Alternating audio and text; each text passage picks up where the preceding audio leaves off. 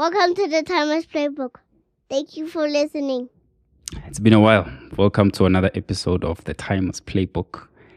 Periodically, I have my wife on the podcast, and she comes on to talk, tries to keep me straight, but we just catch up on things that are family related. You know, see where her mindset is when what she thinks about certain things. And today, it's about educating our children and how we pick a school, which is evidently a very, very difficult thing to do. I thought it would be a seamless exercise. It would be easy. The schools will help you. They actually don't. And I guess as parents, you have to decide what is it that you want for your children or what kind of people you want them to be. And the eldest one is 5. He's 6 this year. And we need to figure out what he does the following year. Hello, Tessa. How are you? I'm good, but how are you? I'm great. Welcome to the Timers Playbook. Again? You know I don't go by that name anymore. I'm a father now. Just Tep was fine. Thank you. Sure thing, Papa Bear. Yabona manje. I'm a nickname awufuneki Tessa my podcasting. Otherwise, how have you been? Stressed. Why are you stressed? Work, business, cash flow, family, death. Ish. Life things, bruh. Ne? Life things. And then on top of that, you have to decide. A school for my kid. Like, that's actually not as stressful for me as you think it is, because I've already made up my mind. However, the stressful part was I have to take in your input, because it does matter. You almost said that like it shouldn't. No, it does matter. But what you don't realize is a lot of these decisions are made by mothers. The fathers just follow suit. Okay. And they have an opinion. They have ideas. But ultimately, the mom always wins. Okay. So there's certain... Even like when I have chats with my friends and stuff, there are certain decisions where it's automatic. It's not a consultation. I make the decision. Are these single moms? Happens. No, not all of them.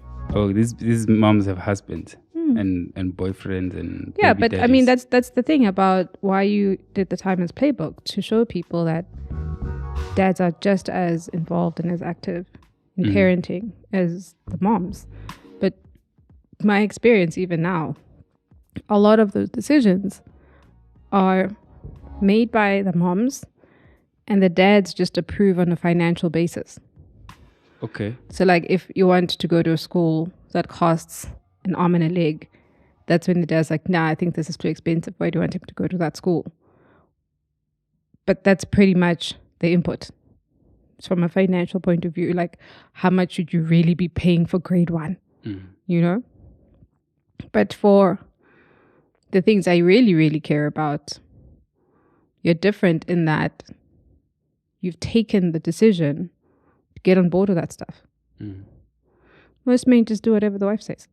Are you saying like in your circle of friends who are 40 years old, mostly, or between there, that thing that persists whereby the fathers aren't involved necessarily, and I'm being specific to education, where they aren't involved actively in the decision? Not actively, no. Like it's a passing conversation. I like these kind of schools. This is what I was looking for. This is what I think is good. And the guy's like, yeah, no, those are good schools. No problem. And it kind of ends there. But the part where they interrogate is the fees. It's money, yeah. Yeah. Okay. Because but actually as to what school your child ends up going to, it's not that deep of a question for them. How would you like this process to be? I'm happy with the way this process to be because you ask Basin special. So when you're there with me and you go through my decision making and my factors and we argue then, by the time I've decided, you're not going to argue with me and I don't have to explain. But it still sounds like it should be primarily your decision, just the way you're talking about it. I'm owning it, yes. Because between me and you... How so? Please. No, between me and you, our agreement is that I had foundational years and you had high school. No, that's just picking the school. No. It's not like you are deciding on the... Anyway, maybe I'm changing the deal, yeah. No, you are. Yes. Because that was then. Like, But remember, actually you are. Like, when TJ was a baby, when I was pregnant, when we were speaking about schools, you're like, no, they're going to go to my school. And we had a big fight about it because I wasn't bothered about your school. I didn't rate it as a school where kids who come out of it change the world. I think it's brilliant for networking, culture, but it perpetuates something specific that I don't want necessarily for my kids. Which is? Until I got involved with your school. And I got to understand a lot of the values. Okay. And on paper, it is exactly what I want any school for my child, except for the co-ed part. Because I still think kids should go to co-ed schools. However, even to get to that point, it was very clear, and our agreement has always been, I get to pick foundational years and you do high school. You have changed the deal.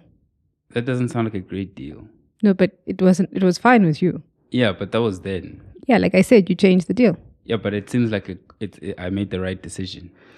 But it answers your original question. Good, why does this still sound like something that I'm in control of? It's because I've literally spent the last 7 years prepping for this. No, not really 7 years, Tessa. It has. When TJ was pregnant, when I was pregnant with TJ, the books I wanted us to buy, the toys that he has, like how, what you don't realize is this very specific type of toys our kids play with that I picked on purpose. And they're not normal standard toys with everybody else. We have like the biggest Lego collection of all of his friends. Yes, I like Lego and colors, but it's cognitive. That sounds more like you. Okay. But what I'm saying to you is I've been, up until this point, very specific, strategic, and planning what I expose my children to. The spanner in the works is Mpo. Mpo is a different kettle of fish. Yeah. And what he responds to and he goes for is quite different from his brother, but not entirely. Because Mpo's finger, hand-eye coordination grip was embedded as a baby. You know, the gripping thing, like I even told you, Mpo can build Lego and he was 8 months old. He could apply pressure, remove it, create a structure, but then he was creating structures so he could drop it and let it fall apart. And break it, yeah. But from a developmental point of view, Mpo's been way ahead, metric-wise. So what he needs is different from, obviously, TJ. But literally for me, in the last 7 years, I've had it. Even from a school point of view, I've always known what questions I wanted to ask in primary school. Because it was my baby. What did you say? Like I was going to do the hippie schools in primary, and then you'll do serious schools, high school. That was your word. You're holding me to something I said 7 years ago. Yeah, Pella, back then. The receipt, it's 7 Pella, years back ago. then, there was no Time at Playbooks podcasts. You know? Okay. But this is why I have more of an authoritative tone around this, because it has always been part of, in my head anyway, something I had to take responsibility for because I fought for it. Okay, so what do you want then for your kid has to go to big school next year. So what do you want? Where do you want him to go? What kind of school and why? So we've pretty much narrowed it down to 2, right? Well, I get it's not just me and you talking. Other people are listening. So that's why I'm asking you like this. For you. Okay. So firstly, for me, primary school is, the aim should be to educate the kids enough to build a very strong sense of confidence and self. That doesn't come from anything other than developing skills. If you have cognitive skills, which is where maths and problem solving come in, ace. When you have comprehension skills, which is where literature comes in, ace. And then you have group dynamics and identity politics. Kids are born into those two stages, but primary school really brings it home. That's when they realize that they are a boy or not a boy, depending on what they want to identify with.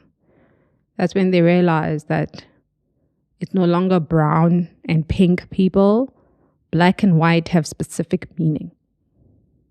And they come to terms with that. And when they go to a co-ed school, boys and girls are different and they're treated differently. They come to terms with that. So the schools for me in primary have to be aligned to my value set for what I want my kids to, the conclusions I want my kids to make around those three things. I'm just super grateful because our kids are athletic. Thank God. They play most sports. They're very interested in all of them.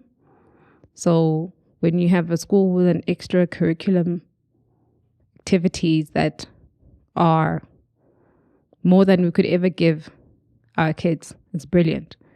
Because even if we had all the money in the world, we don't have the time. And I mean, the one school has 5 brass bands. Can't beat that. like you really can't beat that, and I love it.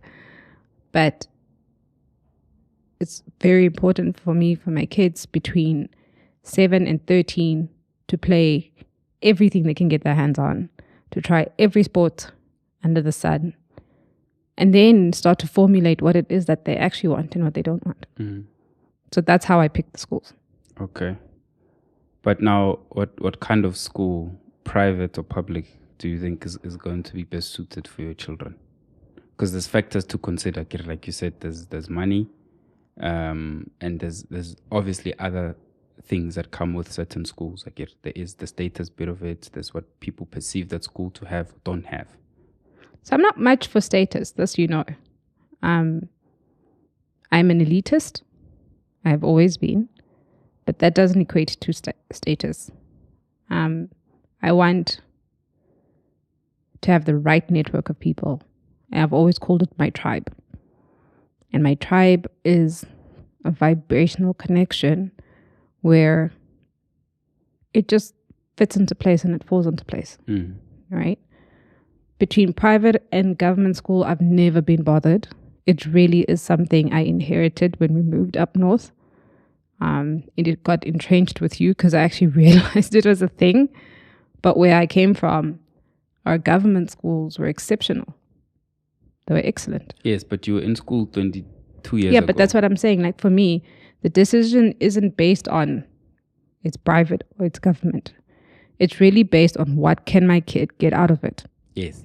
You know, the ones we've narrowed down in our area, because I'm not driving 40 minutes anyway, one way, never, for school. I think it works out well. But the schools that I have investigated that do the things I do, there is only one government school, and you're dead set against it, and 3 private schools. I'm not dead set against it. You know, but that's where I'm standing. Yeah. On that. But I'm not dead set against it.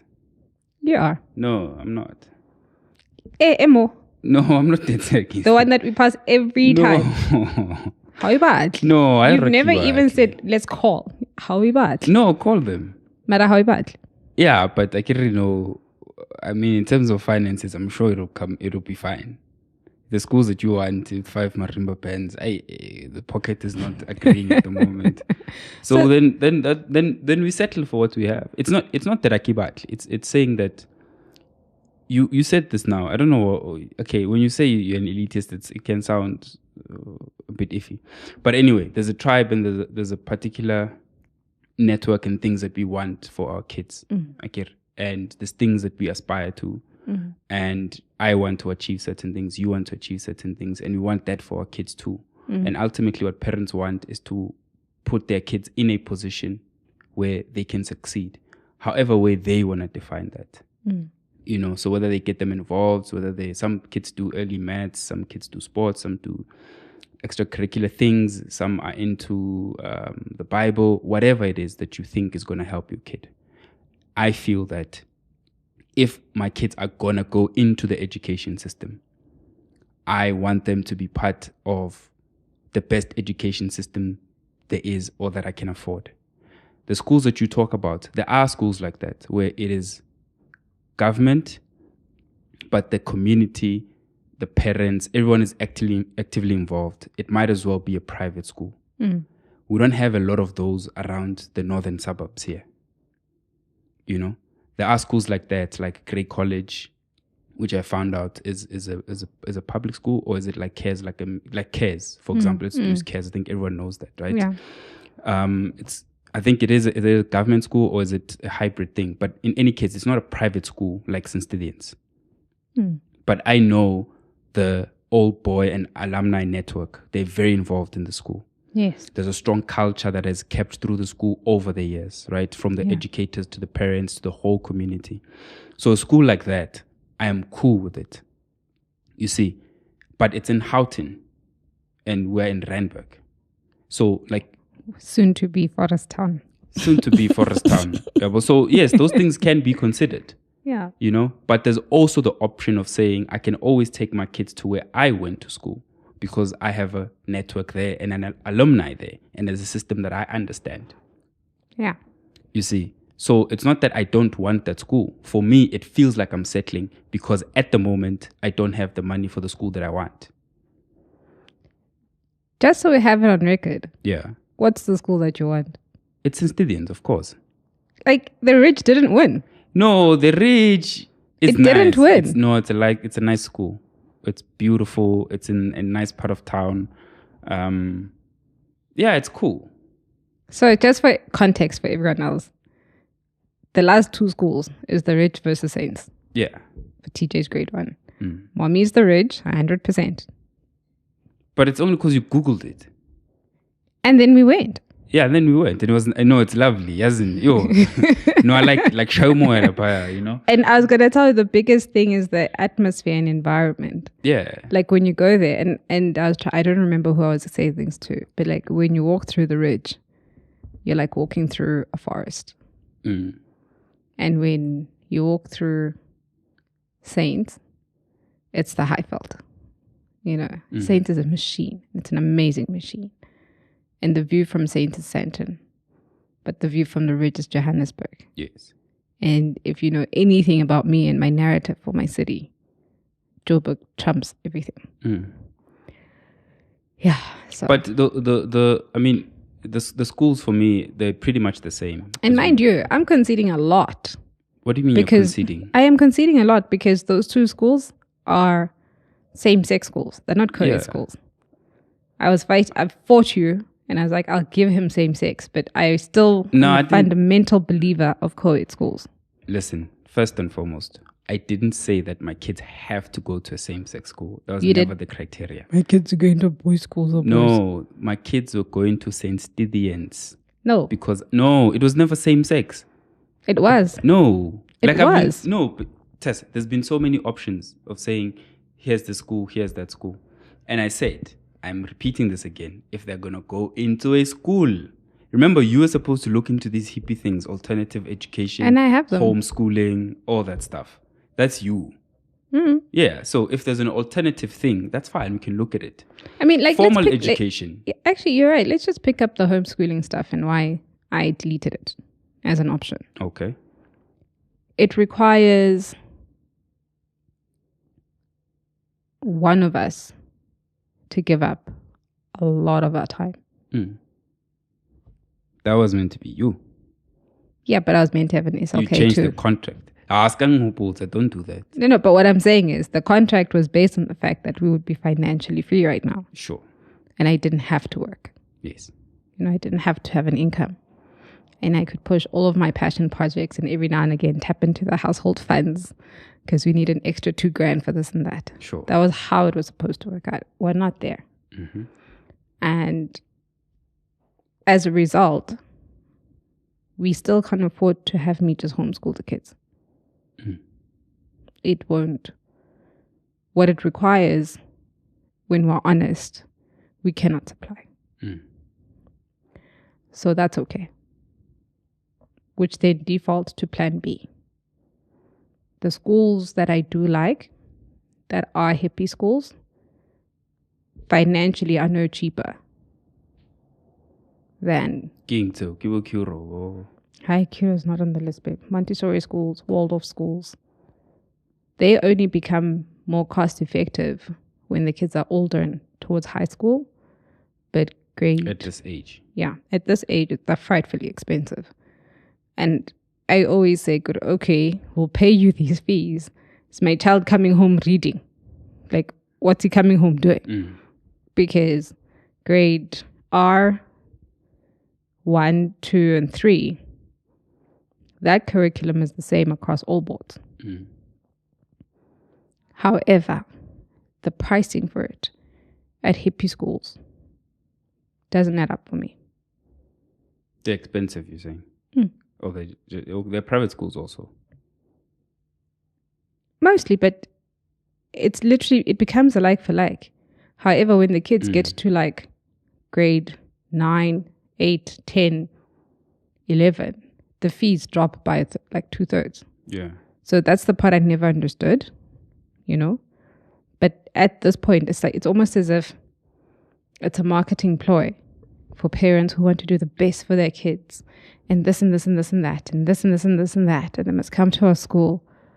Because when you are a parent of children in the foundational years, there is nothing you will not do for your child. You will buy that stupid toy that costs far too much money, but it gives you so many promises, and your child takes one look at it and throws it down the steps.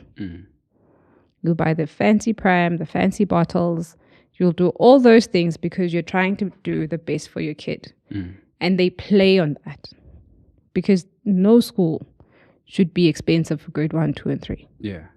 So talking about expenses then, I get you said, because fathers, the first thing is money. And money is a big thing, you know. And I think ultimately the decision is going to be decided by having money or not having money. Right? In my view, I am prepared to sacrifice a lot to send my kids to the school that I want to. Because having gone through that system, I know that, and I didn't have support from parents. I know that with a parent that's involved, your kids can make leaps and bounds in terms of their development.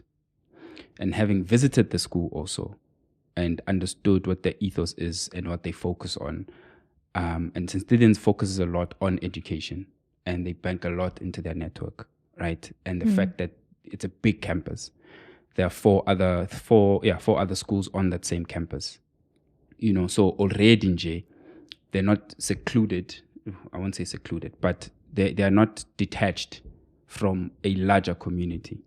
You see, so we can also then benefit from that as parents by meeting other parents and growing a network. I mean, I'm already part of the All Boys Association, right? But from a financial point of view, it is a bit of a strain. So we have to weigh that then. Are we prepared to do that? You know, I would do that. But then again, I also think at 7 years old, do I really need to be paying all that money for this guy just to learn to read? Because he can learn to read anyway, really, you know? And it's about the value that we want to place on that particular institution. But ultimately, like I said, I think the deciding factor is money. Because the kids can learn to read. You have to be involved as a parent either way. I agree. But I'd rather drive to the Ridge than Saints. Hi, Gabi. Because of the view. Because of the vibe. I had a different vibe. For me, I won't lie. Because of the vibe. Because of the floor. The smells. How it actually blends into nature, into scenery. Like that school exists on a cliff face and it's not obstructive to nature. And I like the intimacy of it. I don't like numbers. I've never liked large numbers of people or anything. But I do feel, and I think it actually works well in that they don't have a high school program or a high school yet. Yeah. They will feed into Saints. So there's no factory mentality just to take them to the next level, right? They're there with them for that period, and that's like their job. And they literally put them through the paces. Like what the teacher was saying is how they have their own old boy association, and their kids go everywhere, including globally. And if your kid is talented, he even gets a scholarship in that and gets placed everywhere. Yeah. That for me is amazing. Yeah, they can go anywhere, including Saints. Yeah. But with Saints you're more likely to go to Saints High School. There's a good chance. It's very, unless you move cities and whatnot, so the parents go overseas. Knowing you, even if we do, they can board. No, my kids are not. They're not. No, my kids must be home with me. No more boarding. No, initially I wanted that, but remember, before I was a father, I had ideas in my head about fatherhood. Now I'm different. My kids must be with me every day. Unless there was a different circumstance where maybe we needed to travel for work or whatever, which I still think we should travel with them if we can. But I don't want the raising of my kids left to somebody else. I've been to boarding. A lot of what you think about us and me was formulated there. I get it. So if in my situation where you go to boarding school, both scenarios, there aren't really adults looking after you. There aren't strong male figures looking after you. So we're looking after ourselves. And we're looking up to the guys that are coming before us. You see? So basically you're parenting yourself, pretty much. So unless your parents are overseas and they can't be with you, I don't see a need why I would want to send my kids to boarding school when he's literally 10 Ks from where I live. What could I be doing between the hours of picking him up at 4 and him going to bed at 8 that is so time consuming that I can't be with him? Because during the day he's not there. Yeah, that's cool. So no, boarding for me, no. Okay. Unless they so choose at some point. Then maybe when Machankura are grand, we can send them off somewhere. Yeah. So for me, I still maintain, we've had a week and a half to think about it now, like independently, the two schools. I still think if we start them at the Ridge and end them at Saints, we both win. Okay. In conclusion then, knowing how expensive these schools are you saying then you are prepared to sell things, sacrifice things, just so your kids can go to the Ridge? I would phrase it differently. Of course you would. I thought that was great phrasing. I don't, very unchristian like me, but I don't believe in sacrifice. Okay. I believe in intention. I believe that when you are focused, you have picked the outcome you want, and you're tenacious about making it happen. It happens. What people deem a sacrifice, they probably, we could describe how we live on many sacrificial terms, but we never do that because we've chosen the lives we want. When we got your car, like 10 years ago, nobody was driving your car because it was seen as an old man, family man type car. And the price you were paying for it every month, nobody ever understood that. You didn't see that as a sacrifice. It was intent. Okay. I was actually, even the last 3 days, rearranging my life, looking at streams of income and what I would need to do so I can get it covered. It's actually not even a lot to get covered per annum. But that's the goal and that's the target. So how do I do and use what I've learned in 39 years, 20 years of 40. sales? I was one. Oh, fair enough. I wasn't dreaming. I was one. Like 25 plus some years of sales, the network that I have, leverage, my personality, my bully, the ability to get things done. What can I do in the next 2 months to make sure that those school fees are paid for next year? That's the way I see it. Okay. I don't see it as a sacrifice. Awesome. Well, that's a great note to end on. Thank you, Tessa, as usual. You're welcome, baby. I shall see you on the next episode. Thank you so much for tuning into this week's episode of the Timers Playbook. Very keen and interested to hear how you decided on your kids' education. Anyway, you can find me at Tsepo Pule on social media, and see you on the next episode. Sharp. Bye. That was the Timers Playbook. Thank you for listening. See you on the next episode.